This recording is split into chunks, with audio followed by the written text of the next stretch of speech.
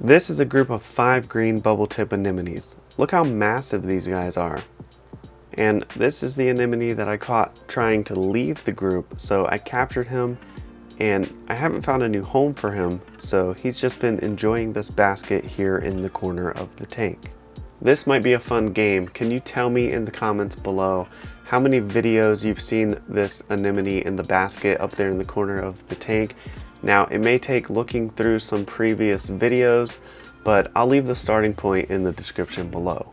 In today's video, I wanted to give you an update of what's going on with the 125-gallon reef tank. We're going to take a look inside and take a look at some of the corals and things that I have going on. Like these Kenya tree corals here, they grow really fast, and I haven't had a chance to remove any or trim any of them back lately, but I call this side of the tank the Kenya tree forest, and I really like how natural looking this is, and the Kenya trees are doing really well. As you can see, they just keep growing and growing and growing. Now, another thing that I'm really enjoying in the tank are the poly rocks that I got from Ocean Box Designs.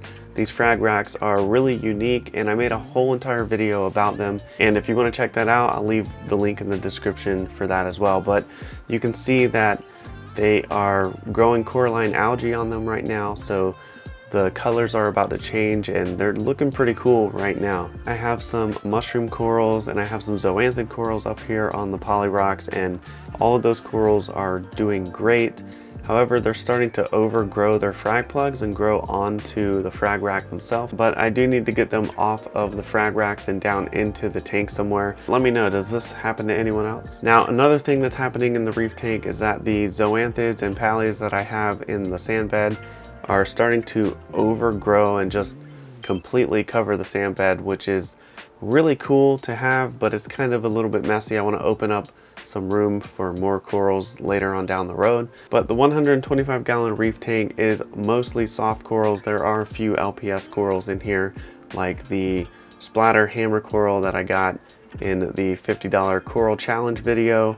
If you haven't seen that video, that was a lot of fun to do. The oddball reefer Levi Peterson and we went around the Florida frag swap looking for the best corals that we could find for $50, and it was just a lot of fun. If you haven't seen that video, go ahead and check that out.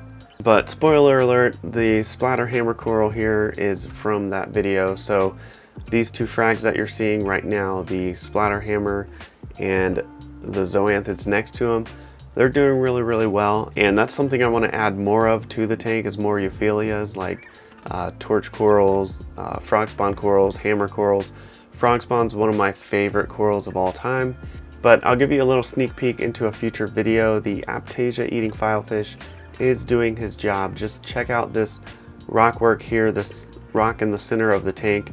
You can see how much Aptasia is on this rock before having an Aptasia eating filefish, and now you can see the rock here to the right after adding the filefish, and he's doing a really good job. He's cleaned up the tank.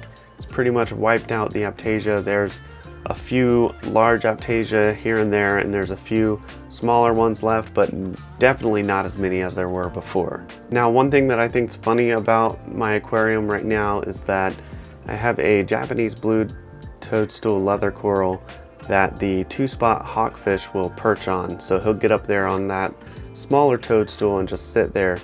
And then if you pan over just a little bit to the leather coral in the middle, that's where the Midas blenny likes to perch. And then if you go just a little bit to the left to the green polyp toadstool, that's where the clownfish like to hang out. And they like to hang out between both of the larger leathers that I have in the tank. But it's really fascinating and kind of funny that all of these fish love these toadstool leather corals, and it just makes me laugh every single time when I see this 2-spot hawkfish sitting on this tiny little toadstool leather coral. And let's take another look at the anemones. They are one of the biggest things in the tank right now, the group of 5 here. I had a total of 7, and one of them moved, and that's the one in the basket. And now there's 5 of them that are big and out and open and happy all the time. And there's one smaller little guy in there that I think he's recovering from something. He was kind of hiding behind the rock for a long time. So technically I have 6 of them, but there's 5 of them that are out and happy all of the time. But overall, the reef tank is doing really well. The fish are happy and healthy.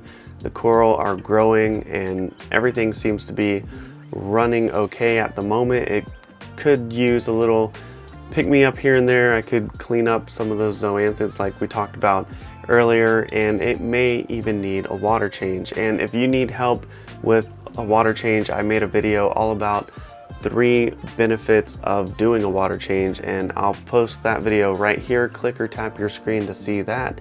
Thank you so much for watching today, liking, commenting, and subscribing. I'll see you in the next one.